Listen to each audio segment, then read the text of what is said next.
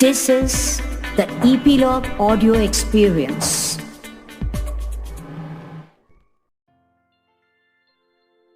गोपी और मैया को समझाकर अक्रूर जी के साथ कान्हा मथुरा पहुंचे।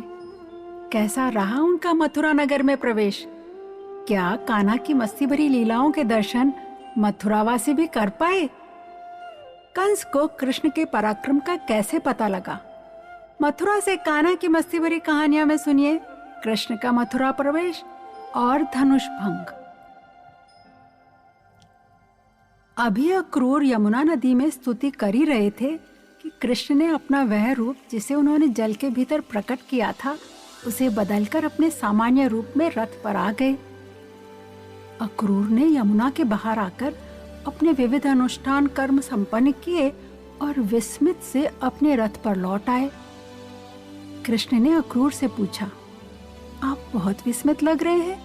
क्या आपने पृथ्वी, आकाश या जल में कोई अद्भुत वस्तु देखी थी? अक्रूर ने कहा, पृथ्वी, आकाश या जल में जो भी अद्भुत वस्तुएं हैं वे सभी आप में विद्यमान हैं। चूंकि आप हर वस्तु से ओतप्रोत हैं, तब जब मैं आपके दर्शन कर रहा हूं तो फिर वह कौन सी वस्तु है जिसे मैंने नहीं देखी है? इन शब्दों के साथ अक्रूर ने रथ आगे हाँकना शुरू कर दिया। दिन ढलते ढलते वे बलराम तथा कृष्ण को लेकर मथुरा पहुंच गए।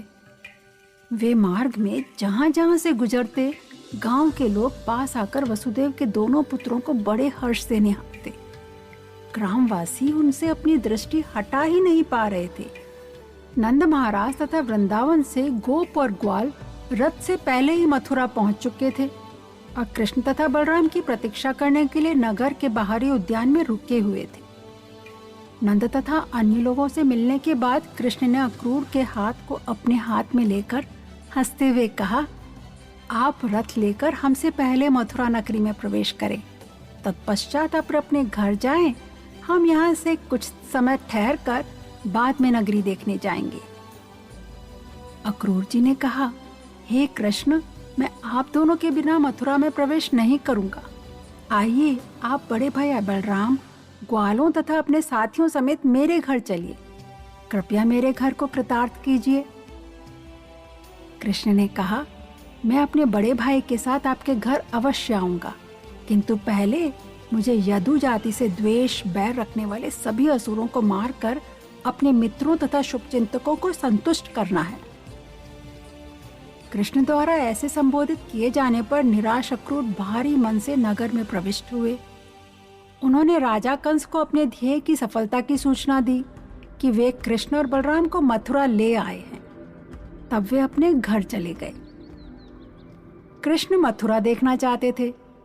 तब नंद बाबा ने समझाया, लल्ला, सीधी तरह से मथुरा नगर को देखकर लौट आना, इसे गोकुल या ब्रज न समझना। यह कंस का महाभयंकर राज्य है। ठीक है, कहकर कान्हा ने बलराम तथा ग्वाल बालों के साथ नगर में प्रवेश किया। कृष्ण ने देखा मथुरा के ऊंचे ऊंचे दरवाजे तथा घरों के प्रवेश द्वार उच्च कोटि की स्फटिक मतलब संगमरमर से अत्यंत कारीगरी से निर्मित थे।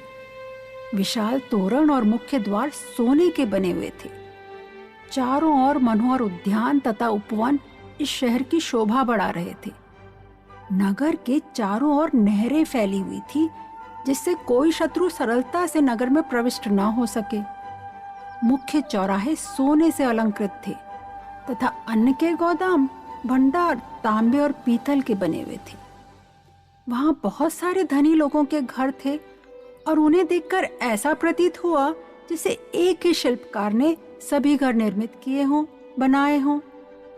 सभी इमारतों को मूल्यवान रत्नों से सजाया गया था और साथ ही फूलों और वृक्षों से युक्त निजी विश्राम उद्यान भी थे।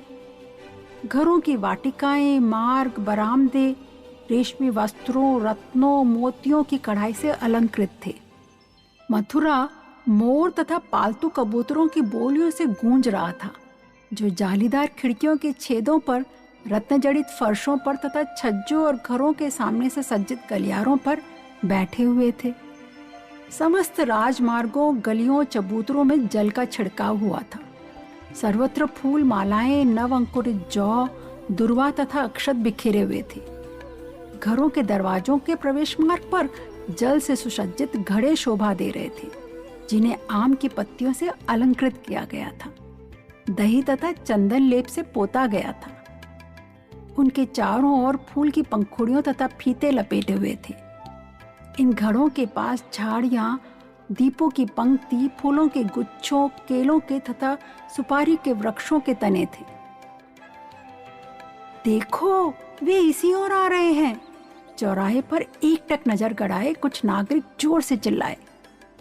जब कृष्ण और बलराम का अपने ग्वालों सहित मथुरा में प्रवेश का समाचार फैला, मथुरा के नागरिक वहां एकत्र हो गए। घर की स्त्रियां एवं कन्याएं भी कृष्ण और बलराम की अधीरता से प्रतीक्षा कर रही थी। दोनों को देखने के लिए उत्सुकता और अधीरता में कुछ स्त्रियों ने अपने वस्त्र और गहने उल्टे पहन लिए। कुछ अपना एक कुंडल या पायल पहनना भूल गई। अन्यों ने केवल एक आंख में अंजन लगाया, दूसरी में लगा ही नहीं पाई। जो भोजन कर रही थी उन्होंने भोजन करना छोड़ दिया। अन्य स्त्रियां अधनहाई या उपटन पूरी तरह हटाए बिना ही चली आई। जो स्त्रियां सो रही थी वे शोर सुनकर तुरंत उठ गई। कृष्ण और बलराम को देखने की उत्सुकता में अपने घरों की छतों पर चढ़ गई। कुछ जालीदार झड़ोकों से, कोई दीवार की ओर से, कोई खिड़कियों के पर्दे हटाकर, कुछ दरवाजों के किवाड़ों के बाहर आकर घर के चबूतरों से उन्हें देखने लगी। मुस्कुराते हुए कमल नेत्रों वाले कान्हा ने अपनी चितवनों से सभी के मन को मोह लिया था। आधा पीतांबर उनके कमर में बंधा हुआ चमक रहा था, आधा कंधे पर पड़ा था। उन्होंने एक हाथ में कमल, गले में वैजंती माला धारण कर रखी थी। कानों में कुंडल, सोने के चमकते बाजूबंद पहने शाही हाथी की तरह मतवाली चाल को देखकर स्त्रियां मोहित हो गई। उन्होंने कृष्ण के विषय में बारंबार सुन तो रखा था, अतः उनका दर्शन पाते ही उनके हृदय द्रवित हो उठे। उनके मन में प्रेम फूट गया। वे अपने को सम्मानित अनुभव कर रही थी। स्नेह से प्रफुल्लित स्त्रियां जो अपने महलों की छतों पर चढ़ी हुई थी, बलराम तथा कृष्ण पर फूलों की वर्षा कर रही थी। रास्ते के किनारे खड़े ब्राह्मणों ने दही, अक्षत, जल भरे कलशों, फूल मालाओं, सुगंधित द्रव्यों तथा चंदन के लेप और पूजा के अन्य वस्तुओं को भेंटों से दोनों भाइयों का सम्मान किया। मथुरा की स्त्रियां सोच रही थी, वे वृंदावन कितना पावन है री, जहाँ कान्हा स्वयं निवास करते हैं। कान्हा तथा बलराम को निरंतर देखने रहने के लिए वहाँ के ग्वालों और गोपियों ने जरूर कठोर तपस्याएं की होंगी। कान्हा अपने ग्वाल बालों के साथ जिस मार्ग पर थे, उसी मार्ग पर एक कपड़ा रंगने वाला धोबी जा रहा था। वह बहुत घमंडी लग रहा था। उसे अपनी ओर आते देखकर कृष्ण ने धोबी को परखने के लिए उससे कुछ उत्तम धुले वस्त्र मांगे। सच में तो कान्हा को उन कपड़ों की जरूरत ही नहीं थी। कान्हा ने कहा, क्या हम दोनों को उपयुक्त सुंदर वस्त्र आप दे सकेंगे? यदि आप यह दान हमें दोगे तो आपको सबसे बड़ा लाभ प्राप्त होगा, आपका परम कल्याण होगा। कृष्ण द्वारा इस याचना किए जाने पर राजा का वह घमंडी धोबी क्रुद्ध हो गया और अपमान भरे वचनों में बोला, अरे उद्दंड बालकों, तुम पर्वतों और जंगलों में घूमने के आदी हो, फिर भी तुम इस तरह के वस्त्रों को पहनने का साहस कर रहे हो। तुम जिन्हें मांग रहे हो वे राजा कंस की संपत्ति हैं। मूर्खों, यहाँ से तुरंत निकल जाओ। जब कोई अत्यधिक उच्छृंखल हो जाता है तो राजा के कर्मचारी उसे बंदी बना लेते हैं और जान से मार डालते हैं, उनकी सारी संपत्ति भी छीन लेते हैं। जब वह धोबी इस तरह की बहकी बातें बोला तो देवकी पुत्र कृष्ण क्रोधित हो उठे और उन्होंने अपनी उंगलियों के अगले भाग से छुआते ही धोबी के शरीर से उसका सिर अलग हो गया। यह देखकर घबराकर धोबी के नौकरों ने अपने अपने वस्त्रों के गट्ठर गिरा दिए और भागकर चारों ओर ऐसे तितर बितर हो गए जैसे तेज हवा में बादल इधर उधर हो जाते। अब कृष्ण ने उन वस्त्रों को उठा लिया। कृष्ण और बलराम ने उन गट्ठरों में से अपने अपने मनपसंद के वस्त्रों की जोड़ी पहन ली और शेष वस्त्रों को ग्वाल बालों में वितरित किए और बाकी को वहां खड़े मथुरा वासियों को दे दिए। वहां खड़ा एक दर्जी आया।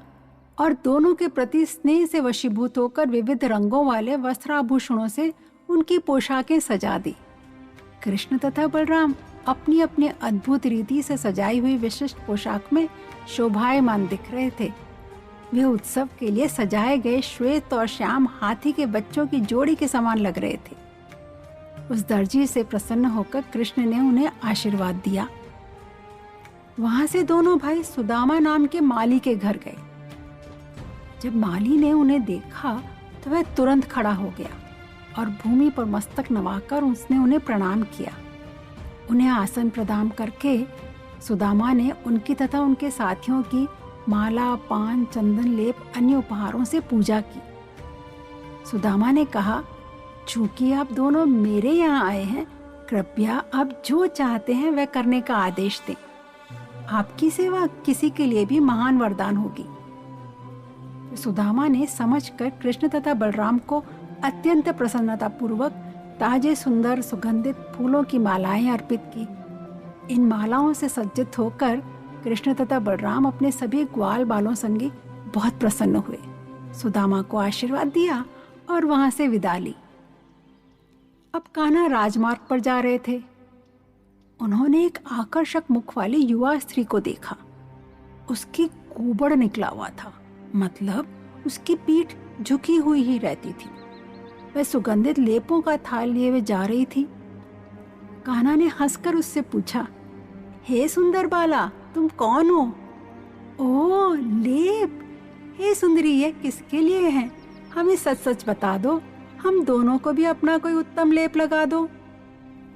दासी ने उत्तर दिया, हे श्याम सुंदर, मैं राजा कंस की दासी हूँ। वे मेरे द्वारा तैयार किए हुए लेपों का बहुत सम्मान करते हैं। मेरा नाम कुब्जा है। जिन लेपों को भोजराज इतना अधिक चाहते हैं, वे भला मैं आपको कैसे दे दूं? यह सुनकर आसपास खड़े लोग मन ही मन सोच रहे थे, यह कुब्जा भी कितनी जाहिल और गंवार है।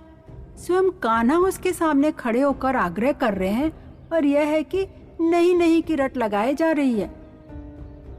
कृष्ण के थोड़ा और आग्रह पर कुब्जा उनका श्रृंगार करने के लिए तैयार हो गई।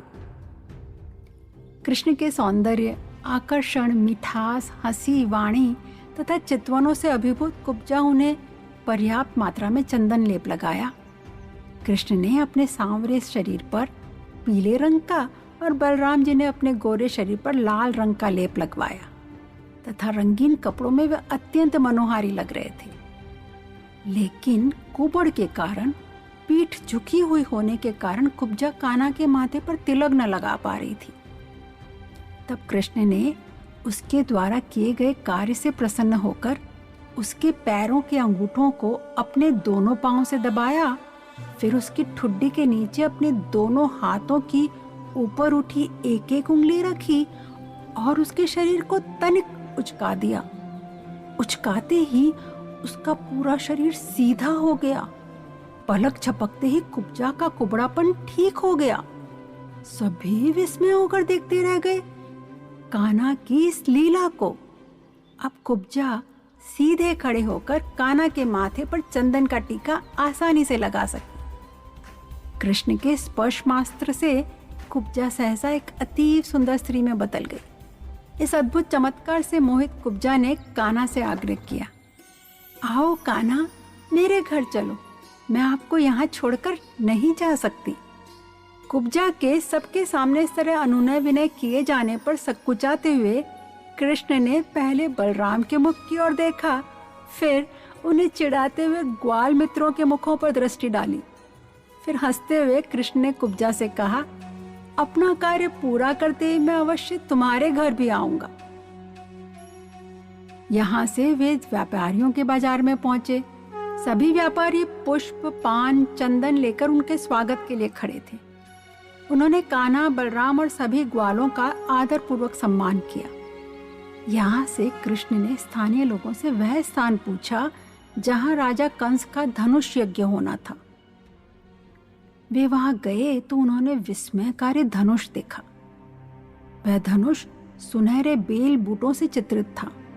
उसकी लंबाई 7 ताड़ के वृक्ष के बराबर थी। देखने में इंद्रधनुष जैसा था। उसका निर्माण 8 धातुओं से मिलकर बना हुआ था।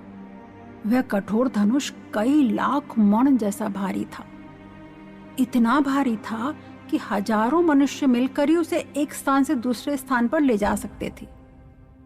इसकी पूजा करके इसे यज्ञ मंडप में स्थापित किया गया था। इस अत्यंत ऐश्वर्य युक्त धनुष की निगरानी के लिए कंस ने अनेकों सैनिकों और द्वारपालों को नियुक्त किया गया था। जब कृष्ण और बलराम धनुष की ओर बढ़े तो उन्हें धनुष के निकट न जाने की चेतावनी दी गई, लेकिन कृष्ण आगे बढ़ते गए और रक्षकों के मना करने के बावजूद उन्होंने उस भारी धनुष को बड़ी आसानी से उठा लिया। सभी अविश्वास से देखते ही रह गए। अपने बाएं हाथ से उस धनुष को आसानी से उठाकर कृष्ण ने राजा कंस के रक्षकों को देखते देखते एक क्षण से भी कम समय में धनुष के ऊपर डोरी चढ़ा दी। तत्पश्चात उन्होंने बलपूर्वक डोरी खींची और उस धनुष को बीच में से ऐसे तोड़ दिया जैसे एक मतवाला हाथी गन्ने को तोड़ देता है। वहां उपस्थित जनसमूह ने हर्ष ध्वनि से कृष्ण के बल की प्रशंसा की। धनुष के टूटने की टंकार बिजली की गड़गड़ाहट जैसी प्रतीत हुई और इससे सारा ब्रह्मांड गूंज उठा। सभी प्राणियों के कान बहरे से हो गए। इसे सुनकर कंस भी भयभीत हो उठा। क्रुद्ध रक्षकों ने अपने अपने हथियार उठा लिए। कृष्ण तथा उनके संगियों को पकड़ने के लिए उन्हें घेर लिया और चिल्लाने लगे, पकड़ो, बंदी बना लो, मार डालो। रक्षकों को अपनी ओर आते देखकर बलराम और कृष्ण ने धनुष के दोनों टूटे हुए टुकड़ों को अपने अपने हाथों में ले लिया और उसी से सबको पीटने लगे। इतनी तेजी और बल से मार कर रहे थे कि किसी के पांव, किसी के कंधे फूट गए। उनकी मदद के लिए कंस द्वारा भेजी गई सैन्य टुकड़ी को भी मारकर कृष्ण और बलराम यज्ञशाला के मुख्य द्वार से बाहर आकर अपने ठहरने के स्थान की ओर बढ़ते हुए नगर में घूमते रहे। मथुरा नगरी में तो कोलाहल हो गया। कृष्ण तथा बलराम द्वारा किए गए अद्भुत कार्य और उनके बल, साहस एवं सौंदर्य को देखकर नगरवासियों ने दोनों को नमन किया और सोचा, यह दोनों कोई देव पुरुष ही है। कंस की मथुरा नगरी में अपने नियमों को न मानकर कृष्ण और बलराम अपनी इच्छा अनुसार वहां विचरण करते हुए सूर्य अस्त होने पर ग्वालपालों के साथ नगर को छोड़कर अपने बैलगाड़ी वाले खेमे में लौट आए। खेमे में पांव धोकर दोनों भाइयों ने खीर खाई। तत्पश्चात यह जानते हुए भी कि कंस आगे क्या करना चाहता है, उन दोनों ने बिना भय के चैन से रात बिताई। दूसरी ओर राजा कंस, उसने जब यह सुना कि कितनी सरलता से कृष्ण और बलराम ने धनुष तोड़कर रक्षकों तथा सैनिकों को मार डाला है, वह अत्यंत भयभीत हो उठा। वह काफी समय तक सो नहीं पाया। उसे स्वप्न में भी अशुभ लक्षण दिखाई देने लगे। उसने अपनी परछाई देखी और उसमें उसे अपना सिर ही नहीं दिखा। उसे लगा अकारण ही चंद्रमा और तारे दो दो हो गए हैं। कानों में एक तेज भनभनाहट सुनाई देने लगी। उसे बालू में, मिट्टी में अपने पांवों की छाप ही नहीं दिख रही थी।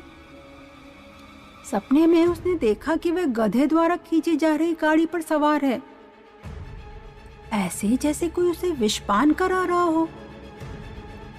ऐसे अपशक्नों को स्वप्न में तथा जागते हुए देखकर कंस अपनी मृत्यु की संभावना से भयभीत था और चिंता के कारण वह शांति से सो न सका। मथुरा वासियों में कान्हा की लुभावनी छवि और मस्ती भरी लीलाएं देखकर कान्हा के लिए ढेर सारा स्नेह उमड़ पड़ा। लेकिन धनुष के भंग होने से कंस की शांति तो भंग हो गई थी। अब कंस क्या करेगा, जानने के लिए कान्हा की मस्ती भरी कहानियां सुनते हैं ईपीलॉग मीडिया और अपने फेवरेट पॉडकास्ट स्टेशंस पर। बच्चों, मथुरा में कान्हा ने आज 3 लीलाएं कर ली। धोबी को अपने घमंड का जवाब दिया, कुब्जा को ठीक कर दिया और कंस द्वारा रखा गया धनुष भंग किया। अब आप इसमें से कौन सी लीला पर काम करोगे? ड्रॉ करें, फैंसी ड्रेस करें और हमें फोटो भेजकर ईपीलॉग किड्स पर जरूर शेयर करें।